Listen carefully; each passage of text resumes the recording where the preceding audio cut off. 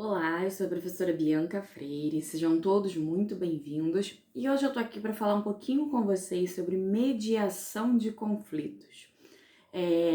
Vamos conversar um pouco sobre os métodos de resolução de conflitos e eu quero que vocês nesse vídeo entendam as principais características dos principais métodos, que são arbitragem, conciliação e mediação. Vamos começar então com a evolução histórica, com a origem desses métodos de resolução de conflitos, né?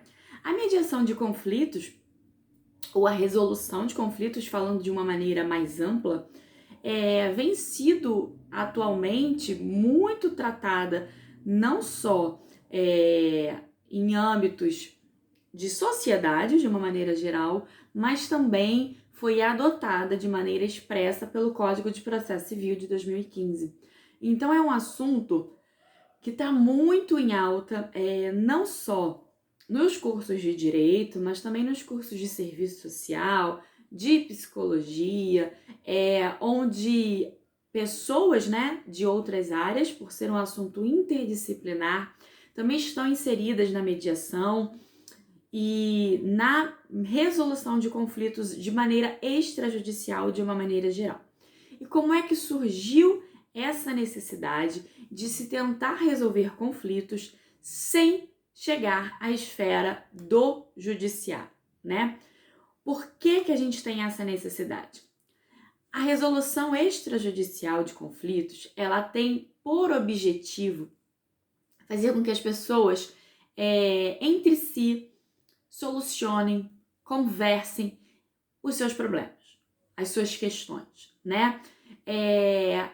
Os métodos de resolução de conflitos, eles têm a ideia geral em que os próprios envolvidos, as pessoas envolvidas nos conflitos, tenham a oportunidade de negociarem entre si as soluções que encontrarem e o que acharem mais satisfatórias.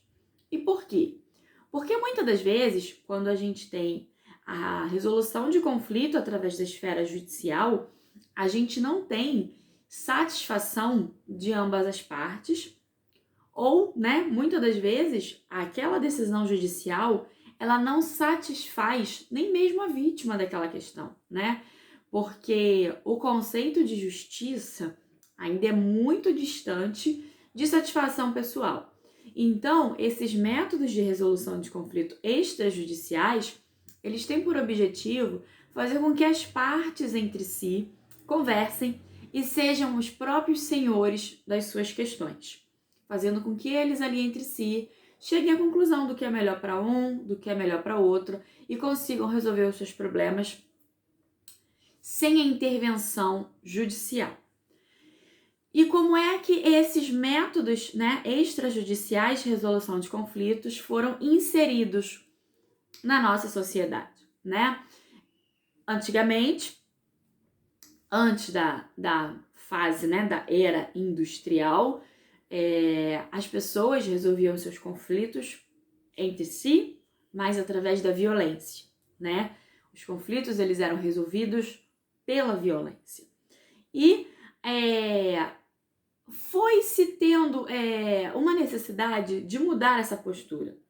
E aí veio a figura do judiciário, né, como um agente, uma instituição capaz de intervir e solucionar questões, né, um terceiro estranho que vai decidir as causas envolvendo ali pessoas com interesses distintos. E aí, com o passar do tempo, né, a gente começou a perceber também que o judiciário, ele é uma figura importante, porém o judiciário, ele não facilita, ele não pratica o diálogo produzido, né?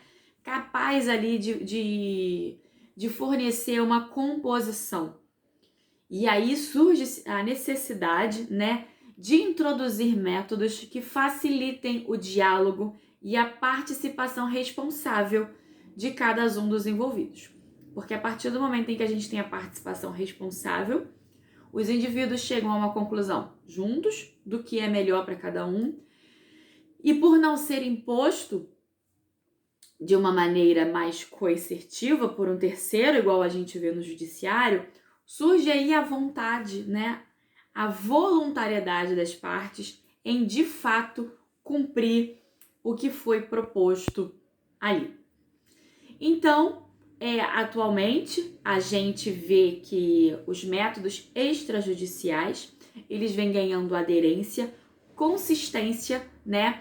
E são importantes, eles trazem um marco de rompimento, né, com as formas tradicionais, que a gente pode, inclusive, né, chamar o direito, né, o processo de uma maneira geral, buscando, nesse caso, soluções mais simples e informais, onde os envolvidos eles vão ser capazes de chegar a conclusões de maneiras mais informais, sem toda aquela formalidade, aquele rigor que uma audiência, né, que a presença de um juiz de direito requer. Então, com isso, né, com a evolução da sociedade, a gente consegue observar a importância dessa nova postura que vai privilegiar, que vai permitir que a gente forme novos paradigmas em substituição daquela dicotomia ganhar e perder. Porque no judiciário, né, a gente tem sempre a figura de alguém que vai ganhar e a figura de alguém que vai perder. Um vai receber e o outro vai ter que fazer a sua contraprestação. E essa figura, né, essa dicotomia ganhar e perder, ela vai dando lugar, dando novos espaços a essas formas de resolução em que nem sempre um precisa perder para que o outro ganhe. Através do diálogo, da participação responsável de todos os envolvidos, a gente consegue fazer com que ambos ganhem. Não necessariamente um vai precisar perder para que o outro ganhe, porque nós temos a cooperação entre os envolvidos. Passando agora para os métodos, né, em espécie de resolução de conflitos, o primeiro método que nós vamos falar é a arbitragem. E o que é a arbitragem e o que a arbitragem traz? A arbitragem, ela é um meio extrajudicial de resolução de conflitos e que vai ser utilizada para dirimir conflitos contratuais entre particulares, né? E esses conflitos, eles vão poder ser determinados antes, através de uma cláusula arbitral, ou depois do surgimento da questão controvertida, através do compromisso arbitral. Então, quando a gente está diante de uma arbitragem, nós temos duas situações. A gente pode ter a cláusula arbitral, que já vai prever os possíveis conflitos que podem surgir ao longo daquela relação contratual, e nós temos também a opção do compromisso contratual, que visa dirimir as questões, mas sem previsão prévia, sem previsão anterior, né? À medida que os conflitos surjam, a gente aplica a cláusula arbitral. E a arbitragem, né, ela tem como maior benefício a informalidade, né, a opção das partes envolvidas em estabelecer as regras. Então, as regras, tanto das cláusulas arbitrais ou do compromisso arbitral, elas serão formuladas, elas serão estabelecidas pelas partes, né, que também vão ficar à vontade, vão poder escolher livremente a pessoa que vai decidir a matéria em questão. Então, a arbitragem, os envolvidos que são responsáveis por estabelecer as regras, sejam da cláusula arbitral, sejam do compromisso arbitral, assim como elas também têm liberdade para escolher quem será o árbitro, quem será a pessoa que vai decidir a matéria em questão, tá?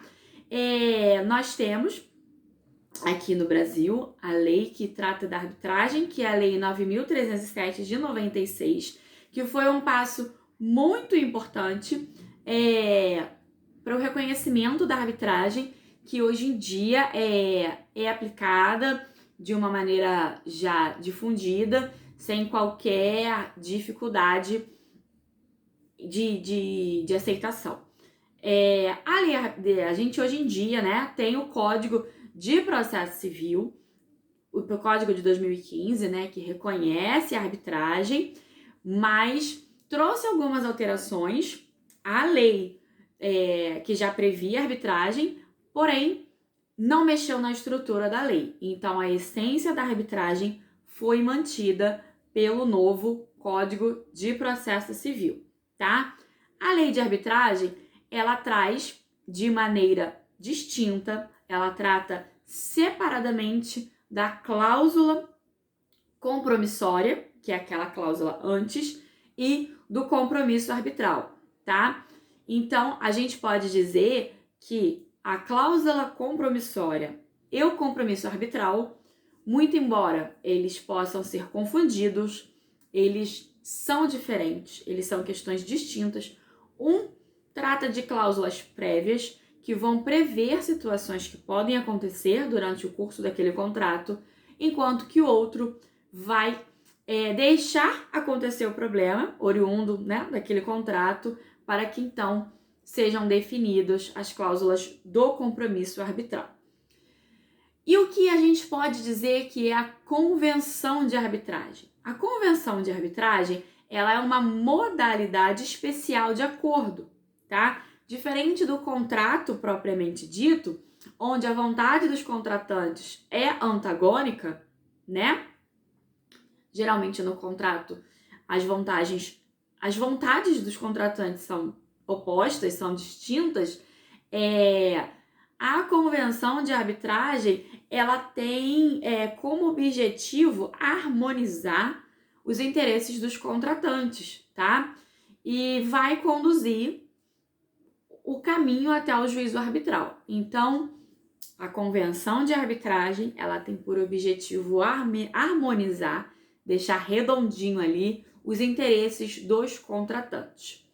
E a cláusula compromissória é o pacto, né, feito entre as partes, pelos quais, através de cláusulas, de maneira voluntária e antecipada, né, as partes se obrigam a, acontecendo algum problema referente àquele contrato, algum problema previsto naquelas cláusulas, as partes se obrigam a resolver aquela questão por meio da arbitragem, tá? Veja bem, a cláusula compromissória, ela vai vincular a resolução daquele conflito através da arbitragem, desde que o conflito em questão, esteja previamente previsto naquelas cláusulas, tá? Se porventura surja um problema relacionado a uma questão que não tem previsão, não é necessário, obrigatório que aquela questão seja resolvida através da arbitragem, tá? Então, mediante, né, o pacto, o compromisso firmado naquelas cláusulas, as partes elas se comprometem a acatar o procedimento que for instituído para resolver aqueles problemas que serão submetidos ao veredito dos árbitros. Árbitros serão aquele terceiro escolhido para proferir a decisão no momento oportuno, tá? Então, a cláusula compromissória, ela é uma promessa de contratar ou um contrato preliminar, né, que vai se estabelecer de uma maneira prática e efetiva no momento em que surgir um conflito ali previsto, tá? A gente pode dizer, né, de acordo com o professor Fiuza, que a cláusula compromissória é um negócio jurídico plurilateral, porque ela envolve várias partes, né? Assim como um compromisso. A vontade das partes não é antagônica, ao contrário, as duas desejam a mesma coisa, que a situação se resolva da maneira mais favorável a ambos possível. A Lei 9.307 não estabelece uma forma solene para que seja pactuada a cláusula compromissória, tá? A única coisa que a lei estabelece é que a cláusula seja feita por escrito. Tudo bem? Hoje em dia, a cláusula compromissória, ela não é considerada apenas um pacto, né? Ela é, hoje em dia, dotada de força de execução, né? caso seja descumprida, ela se torna um título permitível que você execute aquele título caso ela venha a ser descumprida. Tudo bem? Então, esses são as principais questões sobre a arbitragem. Nós temos um juízo arbitral, um terceiro, que será escolhido de maneira livremente, consensual entre as partes, para dirimir uma questão. E essa questão, ela estará prevista na cláusula compromissória, que é um pacto, é um contrato firmado entre as partes, antes da celebração do contrato principal, que vai prever eventuais problemas, eventuais conflitos, questões que venham a surgir no decorrer daquele contrato principal, e ela vai estabelecer de que forma essas questões serão dirimidas. Então essa é a ideia principal que eu quero que vocês consigam compreender, absorver sobre a arbitragem. Agora nós falaremos um pouco sobre a mediação e sobre a conciliação. Muita gente acha que é a mesma coisa, né? Muita gente confunde. Na verdade, são institutos bem parecidos, porém não são iguais, tá? A conciliação, ela está prevista, assim como a mediação, no novo Código de Processo Civil, porém a conciliação, ela não surgiu agora, a conciliação já existe e ela é uma figura mais próxima do judiciário. Antes mesmo do advento do novo processo civil, nós já tínhamos a figura do conciliador, as audiências de conciliação já aconteciam, né? Mais ou menos a partir da década de 90, 1990 para cá, nós começamos a ter a figura do conciliador cada vez mais presente no judiciário e a conciliação, ela está muito associada com a vontade, né? É uma atividade conduzida pelo próprio juiz ou por um terceiro em âmbito judicial, e esse terceiro a gente vai chamar de conciliador, tá? Enquanto que a mediação, ela foi introduzida no Brasil já mais próximo, né, para um passado não tão distante, e ela não tem a figura de alguém do poder judiciário. O objetivo da mediação é desjudicializar a resolução de conflitos, né? O mediador, ele não necessariamente precisa ter formação em direito, ele pode ser qualquer pessoa. Eu mesma já participei de mediações em que o mediador, ele era assistente social, ele era psicólogo, e a necessidade do mediador é que seja uma pessoa disposta a ouvir, né? Não necessariamente uma pessoa que queira decidir, porque o papel do mediador não é esse. Já a conciliação, ela tem um rigor, né? Ela ainda tem a sua origem, resquícios de formalidades mais judiciais, tá? E as principais diferenças entre a mediação e a conciliação é a postura daquela pessoa que vai conduzir aquela sessão, tá? A postura desse terceiro, como ele encara, como ele se posiciona no conflito, é o que vai diferenciar a conciliação da mediação. A figura do conciliador, ele tem uma postura mais propositiva, direcionada a tentar resolver aquele acordo naquele momento, encerrar aquele problema, que pode ser já um processo, ou apenas uma questão controvertida. Então, a figura do conciliador é uma figura mais ativa, que propõe, ele não pode decidir pelas partes, mas ele pode propor, direcionar e aconselhar de uma maneira mais participativa, tá? O foco do conciliador é uma resolução amigável da disputa, né? Contemplando o interesse de ambas as partes, mas o objetivo do conciliador é, de fato, a concretização de um acordo.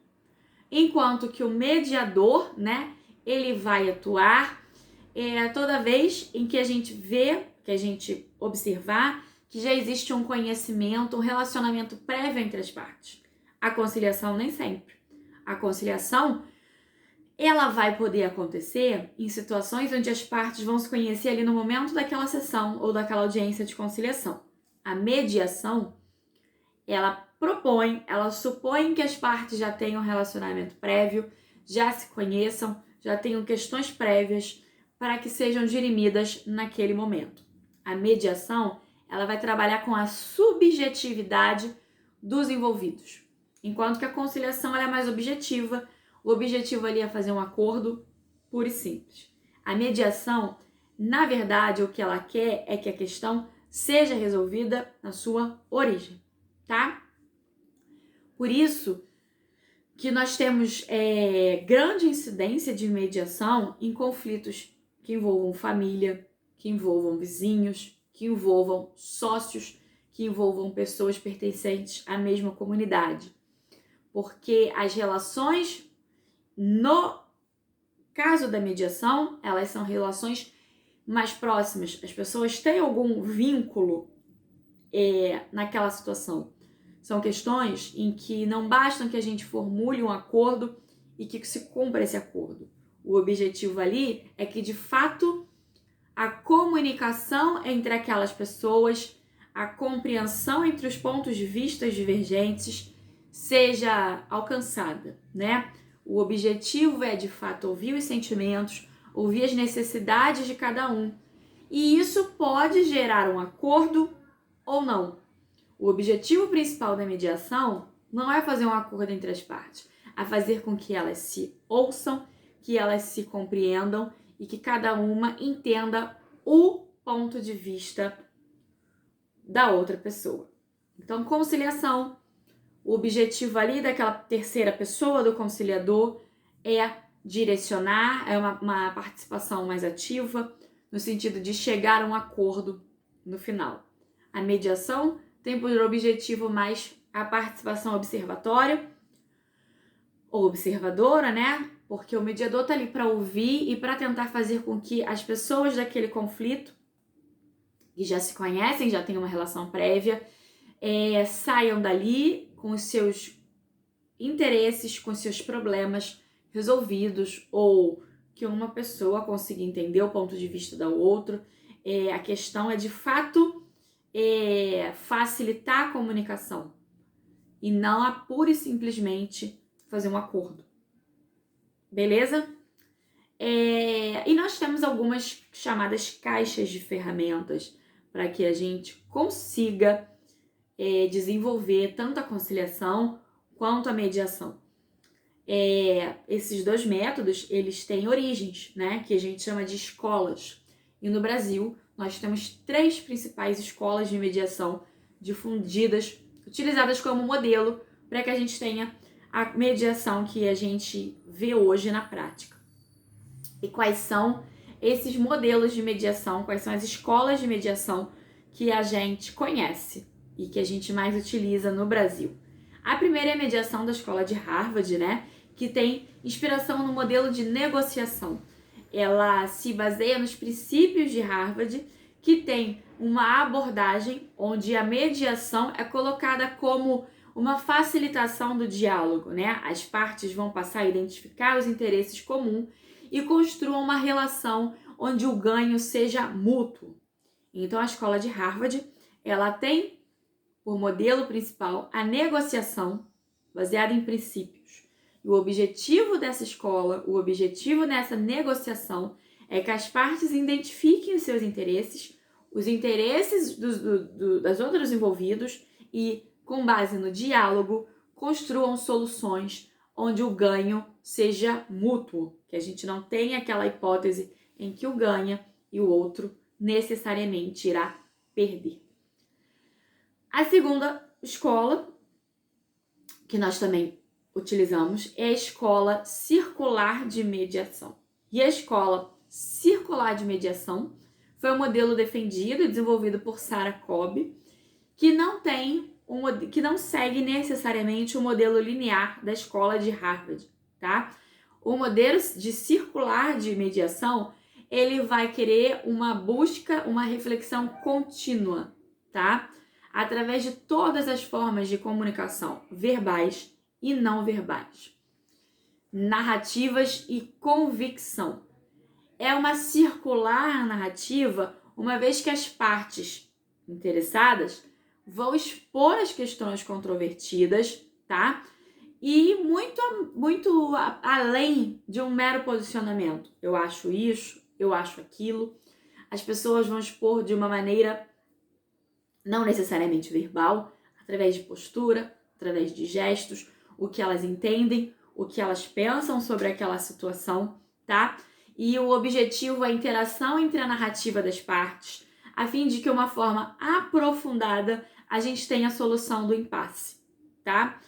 E atingindo não de uma maneira superficial, solucionando não de uma maneira superficial, mas da maneira mais íntima aqueles interesses, tá? E o objetivo não é só a compreensão do interesse de cada um, mas também das narrativas de cada um. Eu não necessariamente vou apenas entender que aquela pessoa quer aquilo e eu quero isso, mas o porquê dela querer aquilo. As narrativas, as suas convicções são levadas em consideração também no modelo de negociação circular, tá? A gente tem a aceitação e a narrativa das convicções alheias. Já a escola de Bush, né, que não busca, né, é o nosso terceiro modelo, ela não busca essencialmente a realização de um acordo. Essa escola, né, criada por Robert Bush, ela tem por objetivo, né, através de técnicas de negociação e comunicação, atingir a transformação psicológica das partes envolvidas. Então, o objetivo aqui não é necessariamente um acordo, é você transformar o psicológico, talvez eliminar algum trauma, alguma memória sobre determinado assunto. Independente de haver um acordo, o objetivo é a transformação psicológica de determinadas convicções enraizadas, tá? Então, a conciliação, nesse caso, ela vai se dar através de uma indução reflexiva das partes para que elas próprias possam chegar a mudanças, né, de convicções para compreensão do outro e aí sim solucionar o impasse. Pode ser trabalhada de uma maneira circular ou não, pode ser trabalhada em ambiente judicial ou não, tá? E o objetivo vai além do âmbito da mediação e da conciliação. O objetivo da escola de Bush é que o ocorrido naquele ambiente ali de conciliação e de mediação seja levado para a vida, acompanhe os valores, se internalize e se naturalize naquelas partes envolvidas, tá? As partes, com o auxílio do mediador, elas vão identificar o posicionamento da outra pessoa, do outro envolvido, né? E o potencial de pacificação que pode vir daquela conscientização, né? Cada um das suas próprias convicções e a partir da convicção do outro. Esses são os pontos principais de conciliação, arbitragem e mediação. Teremos um novo vídeo, né, aprofundando as questões da mediação, mas no vídeo de hoje vocês puderam ter uma ideia geral e fazer a diferenciação desses 3 métodos extrajudiciais de resolução de conflitos. Espero que vocês tenham gostado, que vocês tenham compreendido e aguardo vocês no próximo vídeo.